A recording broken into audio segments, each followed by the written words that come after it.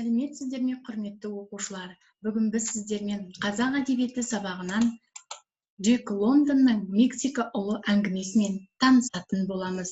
Оқу мақсатымыз әдеби шығарманың жанрына қарай фабуласы мен сюжеттік дамуын сипаттау және әдеби шығарманың тақырыбы мен идеясын анықтау.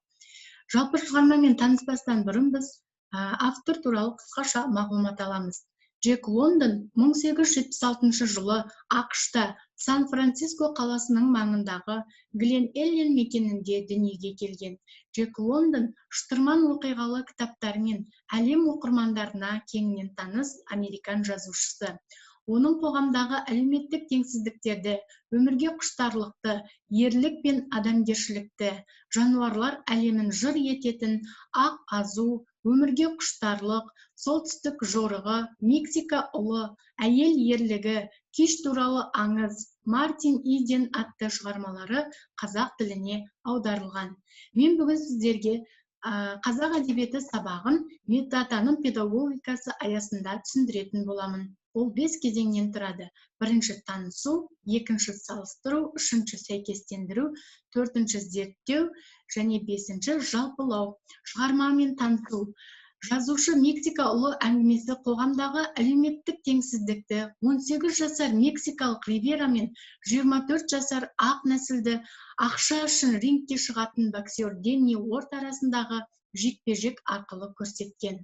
Әңгімеде бойындағы намысшылдық, жігерлілік, сабырлылық, төзімділік, өз ұлтына деген сүйіспеншілік күш-қуат берген Ривера өзінен әлдеқайда айлакер, тәжірибелі Денниден басым түседі. Шығарма идеясы әділеттілік әр уақытта әділетсіздікті жеңеді деген ойға саяды. Келесі біз осы шығарма арқылы екі кейіпкерді Вен диаграммасы арқылы салыстыратын боламыз. Денни Уорд аты шулы 24 жастағы боксшы. Ол ақша үшін, сол ақшаға негізделген жеңіл өмір үшін айқасып келеді. Ал Ривера болса, бар жоғы 18 жастағы боксшы. Ол өзінің не үшін, кімдер үшін төбелесетінін терең түсінді. Оның көз алдына бір сәт елінің аянышты тұрмысы, жанары ыза кекке толы бейнесі ап-айқын елестеп кетті. Қым-қиғаш көріністер, компания ләпкесі алдындағы алаң, сол алаңда ен тірескен мыңдаған аш жұмысшылар елестейді. Ал екеуінің ұқсастықтары екеуі де боксшы. Сәйкестендіреміз. Шығармадағы Ривераның ойлары, еліне деген сүйіспеншілік, елін деген қорғау, бұл біздің қазақ батырларының арасында, боксшыларының арасында көрініс табады. Қанат Исламның ойларынан мысал келтірсек болады. Ер жігіт туған жеріне деген мақалды берік ұстанған. Бала кезінен арманы өз еліне қызмет ету болып табылады екен. Енді біз шығарманы зерттейміз. Шығармада Денни Уорд пен Ривера екі кейіпкер рингке шығу арқылы олардың іс-әрекетінен біз адами құндылықтарды бағалаймыз. Құбылыс, әділеттіліктің әрқашан жеңіске жетуі. Оны біз қай жерден көреміз? Оны біз өз ұлтына деген сүйіспеншілік күш-қуат берген Ривера өзінен әлдеқайда айлакер, тәжірибелі Денниден басым түсуі. Үдерісімізде оқиға қалай жүзеге асады, қалай өрбиді, рингте күтпеген керемет оқиғалардың болуы, Ривераның екі қолымен де ұра алуы, Деннидің бірнеше рет шалқасынан түсіп құлауы, төрешінің әділетсіздік іс-әрекеттері, Ривераға Келлидің ақша ұсынуы.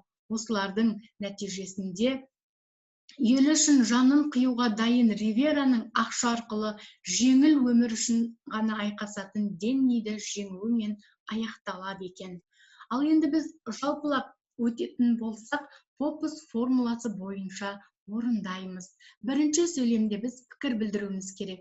Біздің ойымызша әрбір адам әділ, ниеті таза болу керек. Оны біз қалай түсіндіреміз?